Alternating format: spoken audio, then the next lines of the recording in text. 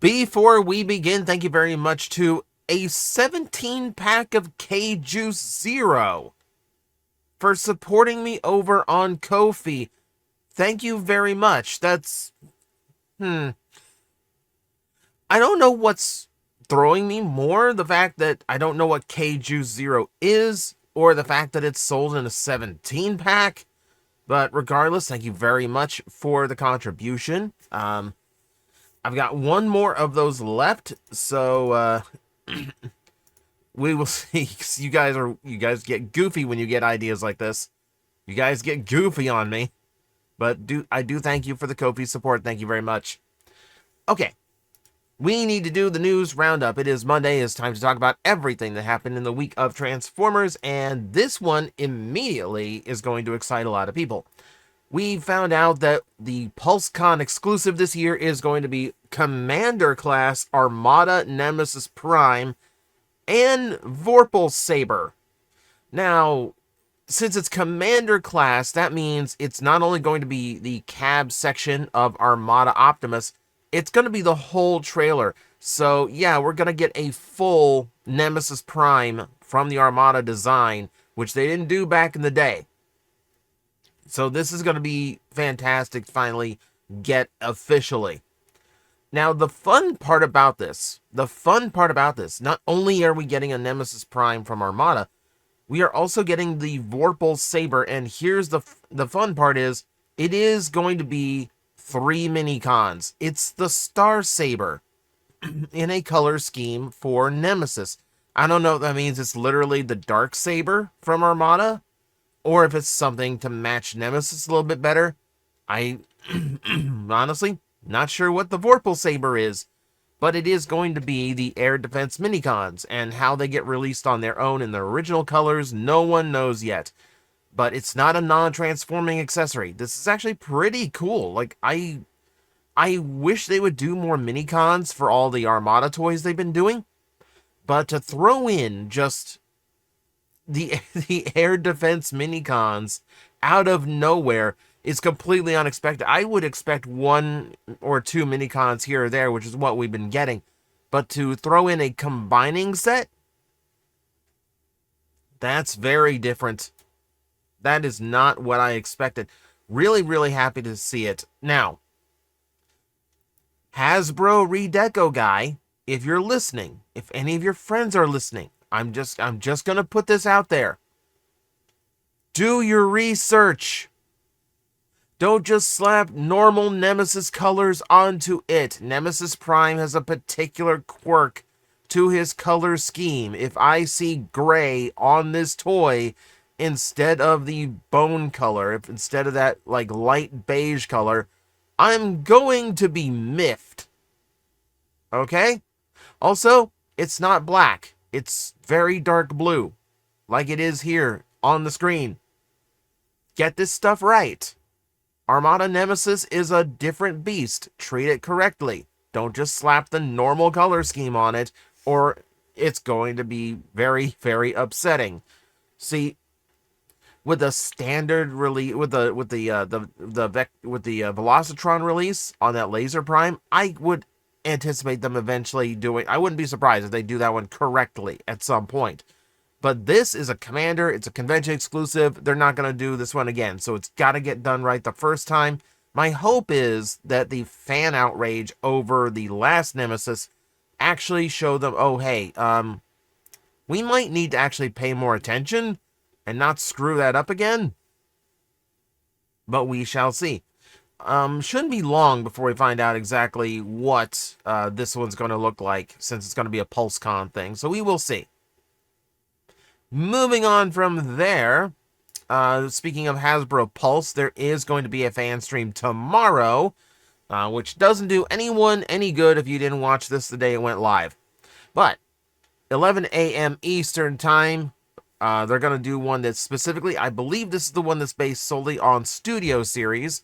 So hopefully we see the final Constructicons, officially, because we actually have already seen them thanks to Takara.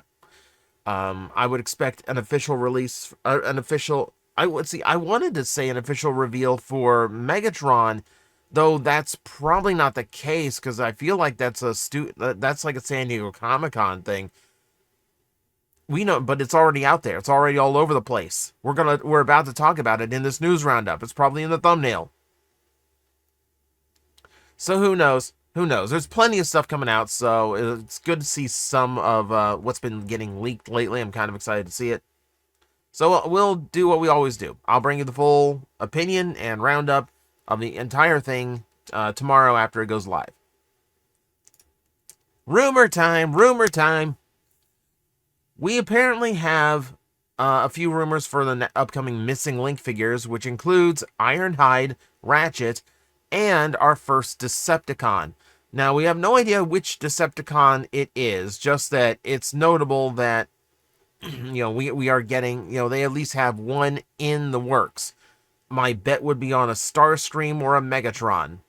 And yeah, like, it's Japan only, so they can get away with Gun Megatron. Ironhide and Ratchet is such a fun pull. To literally do, like, the weird Diaclone mech suit robots that had no real heads, just had the flat panels, as Missing Link toys is hysterical to me. Just to have those toys, like, super articulated. Oh, that's going to be funny. That's going to be so funny.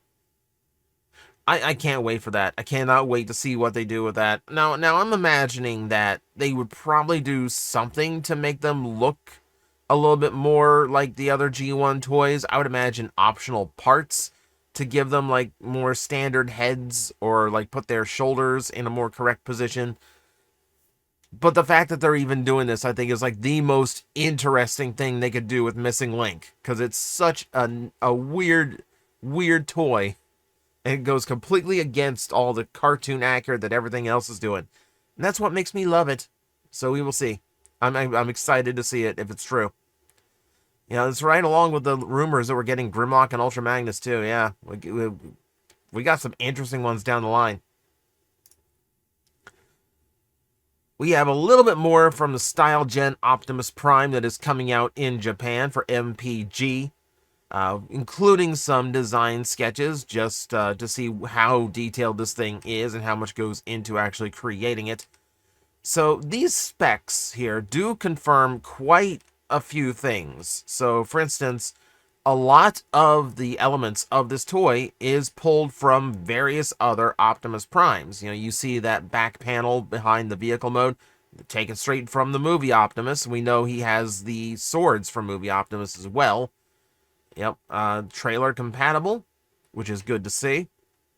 Transformation, we've seen a little bit here and there. It's not as complex as a typical Masterpiece. It's still doing cool stuff, though. Yeah, if we get to some more of the comparison shots, let's see. Yeah, right here. So yeah, they fully acknowledge, like, okay, here's where you get the gun, here's where you get the sword, like, here's where you get the shield. Pulling, and, like, confirming that the Siege one is, in the design element. They confirm that, like, their G1 toy and the way it handled its shell on the backside of the arms is why he has those big panels on his upper arms. Interesting.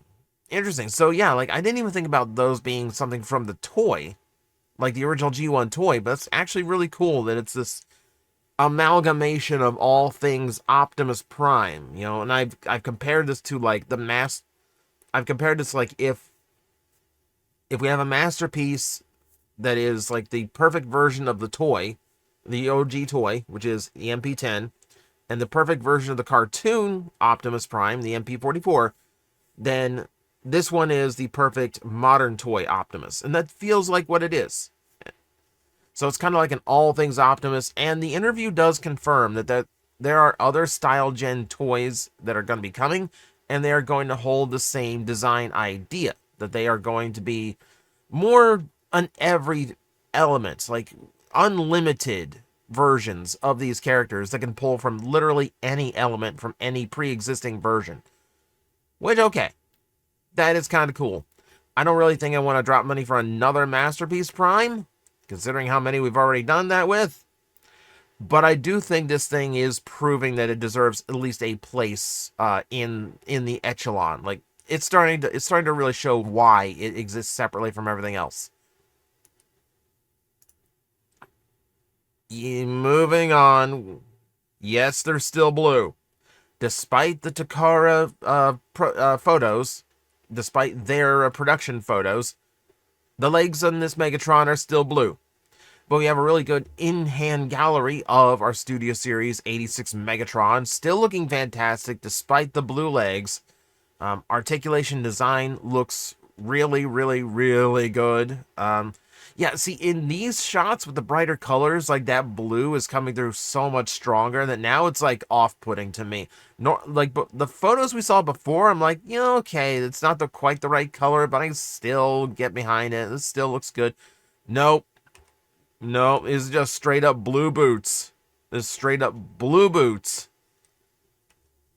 Oh, that's frustrating and annoying. Now, the toy itself still looks really, really cool. I'm not going to take anything away from how cool the toy looks, and I'm a sucker. I'm still going to buy the first version, even though I'm confident we will get a version down the road without the blue legs. But I am impatient, and the toy looks really, really good. And the fact that he comes with his own gun mode is hysterical. Now, like, it all fits cleanly. This is what amazes me about this toy. This is what amazes me about this toy. It's like, it looks so clean in the back. He doesn't have this huge backpack of treads. You know, and then the tank mode is a tank. That turret could use help. The turret could use help. The rest of it looks fine, but the turret could use help. This is some kind of weird black magic. This is some kind of weird black magic, and I have to get behind it. It's good. It looks really, really good. Is he actually like a little bit taller than the Commander Optimus? Like just slightly. Just slightly. That's interesting. Okay. It still looks really, really cool. But like I think this is pretty much like for everyone who's like here it is in the box. Like for everyone who was looking at those Takara photos going, oh hey look, they fixed the legs. Cool it. Cool it. Unfortunately, no. We're stuck with the blue legs for a bit. We have a in-hand gallery for the upcoming Studio Series Devastation, More Than Meets the Eye collection figures. So our Elite Seeker, which is just it's a Ramjet repaint, coming with primal swords is hysterical. I think those are new molds too. Those don't strike me as the ones that came with the yeah, they're completely new molds. That's weird. They literally just could have borrowed those from the Kingdom figure. That's weird. I mean, I'm not disapproving of the extra effort, but that's weird. But no, the toy looks good in those colors. You know, I do like the animation look to like the cockpit section. That's a good paint job on that. And then, all right, and then we get our ground soldier. This one they could release in other colors. I like the yellow one from that game. Yeah, and again, his sword is also a brand new piece. He looks good in two-tone blue. I'm not gonna lie. I think the back being black when the windows are orange is a little bit odd. I'd have to look at the game model again to see if that's accurate or not, but it looks odd from a glance. Everything else though looks pretty good. I actually like the look of him a lot. So I don't know if I'm going to pick up this pack. This feels very much like a wait for it to go on clearance at Target kind of 2-pack. But we will see if I have the right opportunity and too much money to spend. And we will see. But as of right now, it's not quite on my radar, but they do look good. eHobby's doing something weird. So these are officially made garage kits. Now, a garage kit is typically something made by a small independent toy maker, usually like a one-man company type thing, and they're given a license to run Transformers for like one day at Wonderfest or something. And those garage kits are official product because of the license, but you know, you only have one day to get them. But this is an official one, which looks 3D printed from this. I don't know how accurate that is. I don't know how these are produced, so I'm just going by what it looks like. But Yeah, they're official garage kits for Optimus Prime, Soundwave, and Tarn, of all things. So yeah, these would come like this. Typically, a garage kit would come in pieces. So this is up to you to finish off. Let's see, garage kit miniatures. Miniature garage kit series is here. Will be releasing as realistic miniature garage kits as these are 3D printed products. They will be delivered in the form of support material. So yeah, they will come like this. They will come like this. They are basically 3D printing these and selling them to you for the price of $20 a pop. Honestly, you've probably got friends who have 3D printers at this point. You have someone in your life that can 3D print this for you on a resin printer. Like this feels weird. This feels weird because we know how much it costs to 3D print something. Hint, it's not a lot. You know, like I have like very large things that I have printed for like, I don't know, $2 worth of material, less than that. So to upcharge it to 20, it's a little rough.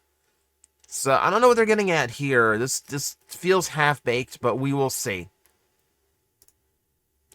Kotobukiya showing off their cross-frame girls Optimus Prime, if you want a little bit of anime girl in your robots in disguise. Now, these are one of those, it's like, it's not for me. It's not a lewd version, thankfully. So there is that. It's got the human face and the robotic face, depending on which one you actually want. So it can't just be a robot girl who's dressed in cosplaying as Optimus Prime. You can have that too. It's not my thing. It's not for me, but, at least it's not, the creepy style in any way. Like, it's just kind of, a anime girl Optimus Prime. And yeah, I'm not finding anything really wrong with it. So, it's out, I believe. According to this, it's out. So, if this is one of your things, then by all means, go have fun. It should be available now or soon, one or the other. Funko Pop's doing Beast Wars. Remember, their Cheetor is locked behind their stupid NFT system, meaning it's stupid expensive. So this is going to be a collection that will, for most of us, be forever incomplete. So this is just a word of warning before you go in on these. Maybe don't hope for the entire set, because they already screwed it up. I don't like Funko Pop anymore. I really don't. I am telling you this in the news roundup just for the people who still like them, and just so no one can say, "Well, you skipped the Funko Pops." I almost decided to skip them together. I almost wanted to go to this story and go, and we're getting Funko Pops. Moving on. But moving on, PUBG Mobile is having a collab with Transformers that is beginning on July 8th. I'm resentful of the fact that their Megatron looks way better than the one that they put in Fortnite. That said, this is not working like the Fortnite collab. These are not skins that you can play on your PUBG characters. They are in the map as vehicles that you can actually board and then either run around as a mech for Optimus or Megatron, and then you can transform them into a normal drivable vehicle. That's super cool. That's super cool. So it's a neat little way of putting Transformers into a game like that. And I like having my Optimus Prime skin and all that, but kind of wish Fortnite had thought of that, because that would have been representing the characters a lot better. Well. It's a neat little collab. I don't do mobile gaming like this, but for those who do, this is going to be a pretty good collab for you to get in on. At Potato Quality, we have the exclusive postcard for the upcoming Generations Book 2025. It is a shot of Unicron, full body shot, close-up of his face, and Galvatron somewhere on his surface looking up upon him. It's a pretty cool card, I'm not gonna lie. Yeah, it's a really, really cool look. I like it a lot. You know, so it's too bad things like this get super limited, because this is a nice thing that would have been like nice to just put like in a little frame on a desk or something. Cool shot though. So a little bit more incentive if you were going after that book. Galaxy Force's manga is getting a complete edition. I didn't even know Galaxy Force had a manga. This completely threw me off. But yeah, to celebrate the 20th anniversary of the series, we are getting like this a complete edition of the book, including never published before final 3 chapters of the story. That's actually super cool that they're finishing the book. Yeah, 9 issues until its cancellation. So that's actually really, really cool that that is going to be done. Just getting a hold of this is probably going to be annoying. Getting to actually read it and understand what's going on is probably going to be worse. So this is going to be Galaxy Force material that I'm probably not going to be privy to, which is a little bit upsetting, but I'm glad to know that it's out there. I hope I get at least a summary of what goes down. And to wrap it up, Symbiote Studios just showed off their debuting plushie at San Diego Comic-Con, and it is Laserbeak, which is super cute. It looks really, really nice. Now, this is not just your normal Laserbeak. No. This is a shoulder buddy. This Laserbeak has a pad that you put under your shirt, and then Laserbeak can just sit on your shoulder. Or, you know, if you're wearing a long sleeve shirt, right there on your forearm, like it's Megatron. That's how you know who's really in charge of the Decepticons. It's whoever Laserbeak decides to use as a perch. So it can be you for $24.99, debuting at San Diego Comic-Con, and then up on Symbiote Studios' website after that. Yeah. There's Soundwave, there's Throw Pillows too, but like it's all about that Laserbeak. It's all about that Laserbeak. And that's the oddest story of the week, which means that's it for the news roundup. So, thank you everyone for joining me. You are now all caught up on what happened. And thank you all. I will see you next time. Hello everyone, I am Astral Agent Magnetar, a Tokusatsu VTuber, and I am streaming 4 times a week over on Twitch, Monday, Tuesday, and Wednesday afternoons, and a special late night one on late Friday/early Saturday. So come watch, come hang out, and let's make an impact together.